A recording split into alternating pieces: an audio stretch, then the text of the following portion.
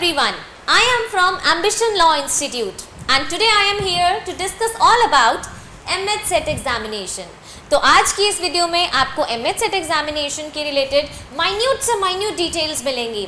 तो वो सभी एस्पायरेंट्स जो प्रॉपरली इस एग्ज़ाम को फोकस करते हैं और बाकी सब एस्पायरेंट्स जो लॉ बेस्ड एग्जामिनेशंस में अपीयर होते हैं, उनके लिए MHSET एग्जामिनेशन के बारे में कंप्लीट डिटेल जानना बहुत ज़रूरी है।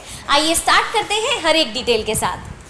सो first of all I am going to tell you about MHSET examination. ये एग्ज़ाम होता क्या है, पहले इसके बारे में बात कर लेते हैं।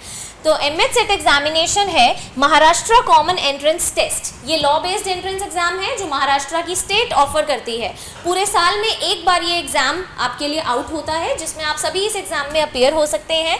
इससे रिलेटेड जो एडमिशन क्राइटेरिया होता है, वहाँ पर महाराष्ट्र बोर्ड अपनी कट ऑफ लिस्ट आप लोगों के सामने पेश करता है और उस कट ऑफ लिस्ट के बेसिस पर आप सब लोगों का एडमिशन हो सकता है मोर देन 147 कॉलेजेस में, जो कॉलेजेस MHSET के अंदर आते हैं। और ये 147 कॉलेजेस 3 ईयर और 5 ईयर दोनों LLB के लिए कोर्स प्रोड्यूस करते हैं। और उसी के साथ साथ 5 ईयर लॉ प्रोग्राम करने वाले स्टूडेंट्स जो 5 ईयर लॉ के लिए MHSET एग्जामिनेशन में अपीयर होते हैं, उन सभी स्टूडेंट्स के लिए 10,000 से ज़्यादा सीट्स इन कॉलेजेस में अवेलेबल हैं।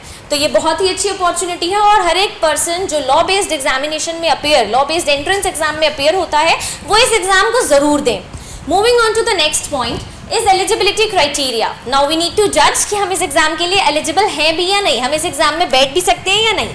So the first point two be focused upon is कि आप एक इंडियन होने चाहिए। अगर आपको इस एग्जाम में बैठना है तो आपकी नेशनैलिटी इंडियन होनी चाहिए।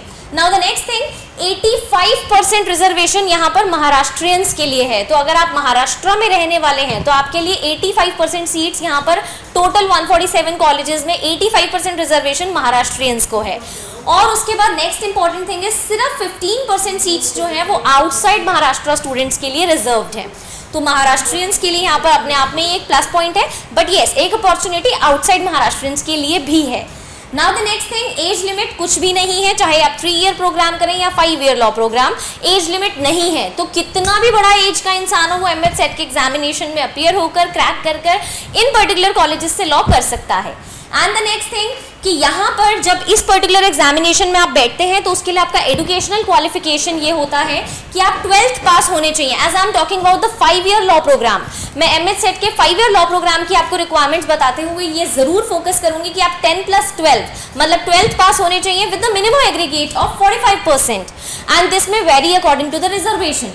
एंड द नेक्स्ट थिंग कि जो भी रिजर्व्ड कैटेगरी के स्टूडेंट्स हैं 40% उनकी मिनिमम क्वालिफिकेशन 12th क्लास के रिजल्ट में होनी चाहिए।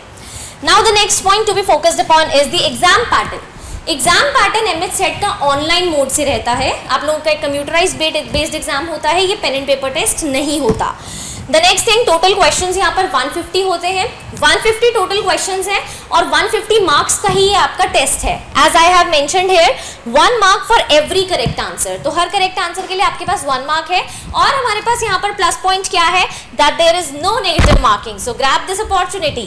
And the next thing to be focused is language. MHSET का ये जो एग्जाम है ये 2 लैंग्वेजेस में आपके पास अवेलेबल रहता है, which is English and Marathi. अब हम बात करते हैं सिलेबस के बारे में। तो यहाँ पर हमारे पास 5 सब्जेक्ट्स हैं। Legal reasoning which covers legal aptitude based questions, GK, logical reasoning, English and maths. और इन सभी सेक्शंस के आगे मैंने आपको 40, 40, 30, 30, 10 इस तरीके के नंबर्स लिख कर दिए हैं। तो इनका क्या मतलब है, आपके पास MHSET के एग्जामिनेशन में लीगल पोर्शन से 40 क्वेश्चंस आने वाले हैं, मतलब लीगल पोर्शन 40 मार्क्स का ही रहेगा। Similarly GK 30 marks, maths 10 marks, English 30 marks and logical reasoning for 40 marks. So this was the complete detail which I wanted to give you people about MHSET examination. I hope अब तक मैंने आपको इस exam के बारे में जितना भी बताया वो क्लियर हो गया हो।